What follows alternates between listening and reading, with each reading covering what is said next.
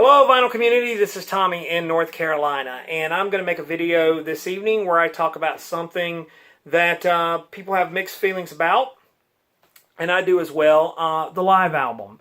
Now, I know the live album really came to prominence in the 70s, and it was sort of a great memento of a band's tour, and it put some bands on the map. So I'm going to mention some right off the bat before I get to my little list here of records that I'm going to spotlight here.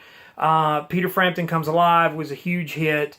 We can talk about Cheap Trick at Budokan is a fun, great live album. James Brown at the Apollo is a great live album, even though I think there's been some debate on whether how live that actually is. It's still a great, great live collection.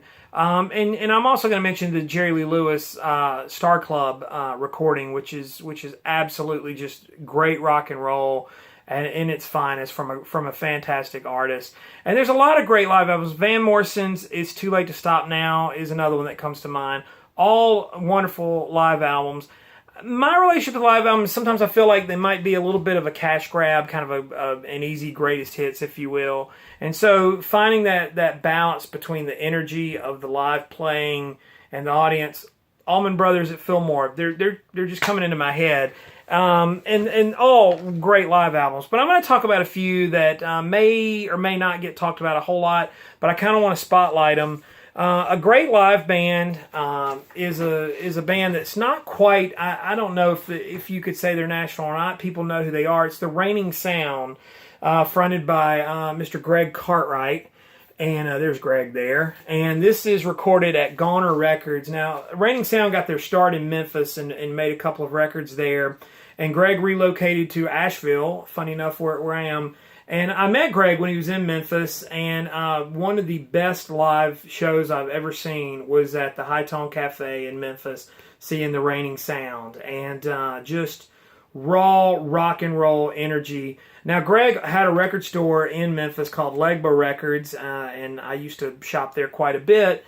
And when he moved to Asheville, Legba became Goner Records, and Goner Records has kind of become a Memphis staple now. And every year they host something called Goner Fest. It's every I think September. They do that, and usually Greg shows up and plays. But this is a record. It's on the Goner label, and I don't know how rare it is, but they kind of run through stuff. It's just raw rock and roll energy. And the comparison that I made to this, I always heard stories about how raw and raucous the Beatles were in their early days in Hamburg.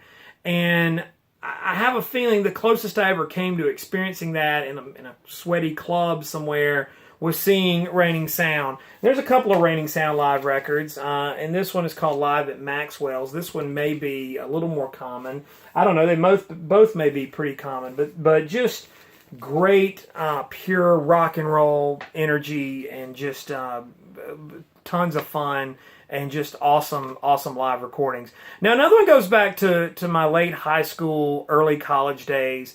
I was a music major at Delta State University, and I got into a horn band that some of you may or may not know called Tower of Power. Tower of Power, I think, came out of the San Francisco area in the late 60s, early 70s, and we're a funk soul band featuring a 5-man horn section. And as a horn player, that stuff just was fantastic. It's funk / soul music. David Garibaldi, the drummer, is just a rhythm machine, and Rocco Prestia, the bass player, is amazing. And they had a couple of hits in the early 70s, What Is Hip, and Down to the Nightclub. And they featured a tenor saxophone player named Lenny Pickett, who now heads up and fronts the Saturday Night Live band. If you're all that high squealing tenor sax on Saturday Night Live, that's Lenny Pickett, and you can just kind of see him in the background with curly hair. We played with Tower of Power for a number of years as a young man, and they did a live album, I think in '76, called Live and in Living Color. Now, I think there's only 5 songs on this record. One side of it is Knock Yourself Out, and it's basically a 25-minute workout, and Lenny Pickett absolutely tears it up. It's got their hits, Down to the Nightclub, Bump City, What Is Hip. Those are on side 1. You're Still a Young Man, which was also a hit with a big trumpet opening. But just as a live workout, that What Is Hip, they all kind of get a minute to show off their chops and get funky, and you can just kind of hear the energy. And particularly Lenny Pickett's sax solo. Chester Thompson played keyboards in this band and for this recording, and so it's just a sweaty, funky workout, and it's pretty raw, but it just drives all the way. There was a joke with some drummer friends of mine that Garibaldi didn't know what the 1 and 2 was. He played on every beat, just a funky drummer, and Rocco just fills it all in. But if you just want high energy, just going after it, playing, and fantastic horns and harmonies, this is a fantastic album. Tower of Power, live and in living color. It's on the Warner Brothers label. Now another one is one that people have mixed feelings about. It's Bob Dylan. Now Bob Dylan's put out a few live albums throughout his career. This is one called Hard Rain. Now this was kind of a strange time for Bob because he had just done Blood on the Tracks and Desire, and had done the Rolling Thunder Review Tour. And that band went out on the road and did their thing. And then Rolling Thunder kind of kept going for a little bit, but it wasn't quite Rolling Thunder. And he did a television special, I think this is 76, and it was called Hard Rain. So it was a live television concert, and this is the album from that. And it's a live recording, and it features probably the first, what I would say, of Dylan kind of doing some of his hits. Like on here you've got Lay Lady Lay, Maggie's Farm, Stuck Inside a Mobile. But it's also got some of the more recent stuff like Shelter from the Storm and Idiot Win. The Idiot Win on this album is just absolutely just killer. There's a lot of venom in it and the way he delivers it. This band had T-Bone Burnett in it, Steve Soules, Robert Stoner. This band was just to me, I love this band that played with Dylan in the mid-70s on the Rolling Thunder tour. They just pile-drived every single song and just railroaded everything they came into contact with. Now, some people might feel like it's particularly heavy-handed, and especially on the early folky stuff, they kind of went right through it. But I love the way this band played, and I love the sound of this band. And there's an energy to it. Now, this particular live album kind of got usurped by the bootleg series that featured the Rolling Thunder Review, and which is a little more complete and probably a better, earlier version of this band. But listening to this album, especially if you're familiar with some of these songs and hearing them perform this way, it gives kind of credence to that whole thing that Dylan's kind of followed Dylan throughout his career. And that, you know, when you go see Dylan live in concert, he doesn't sound like the record. And so this was probably one of the first documents of that. Now, later he did a Budokan album himself, which is really interesting because he had a bigger band, more musicians.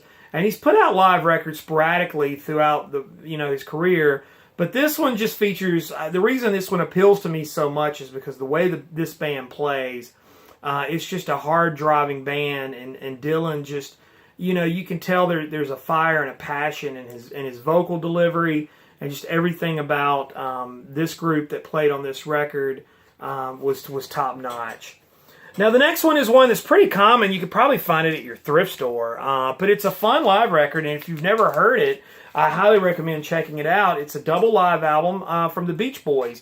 Beach Boys in concert, and there's a shot of Dennis, I believe, on the front here.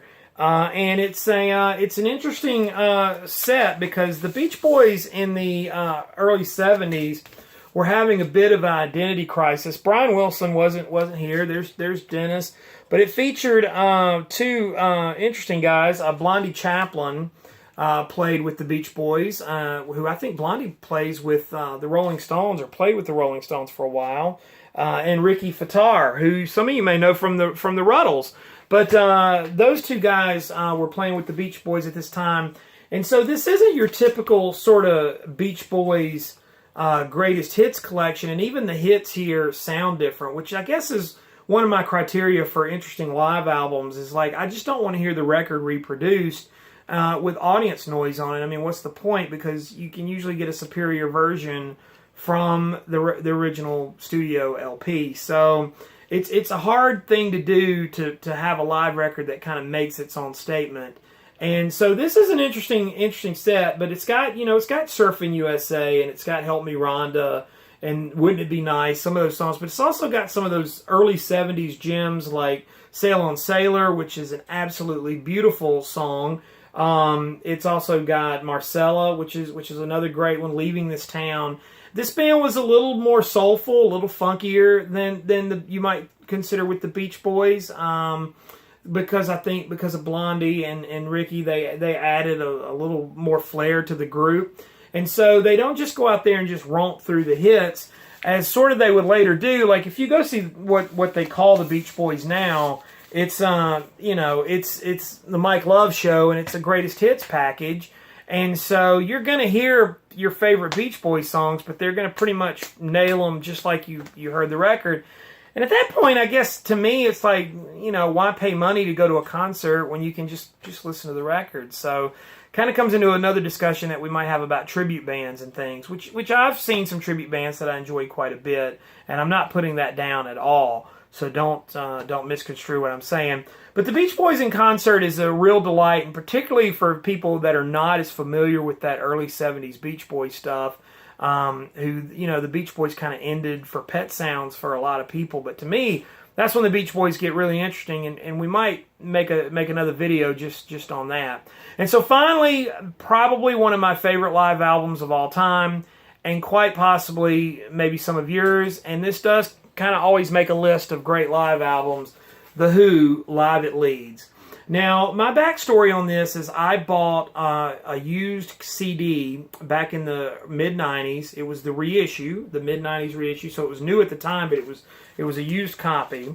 And I bought it and brought it home and put it on and listened to it. And I was always kind of a Who fan. I was familiar with the singles, the early singles and the hits. I knew Tommy. I knew all of that stuff. But this is the album that completely hooked me, and I understood what the big deal was about The Who. Now, that 95 edition, that CD reissue, had extra tracks on it. I recognize that now.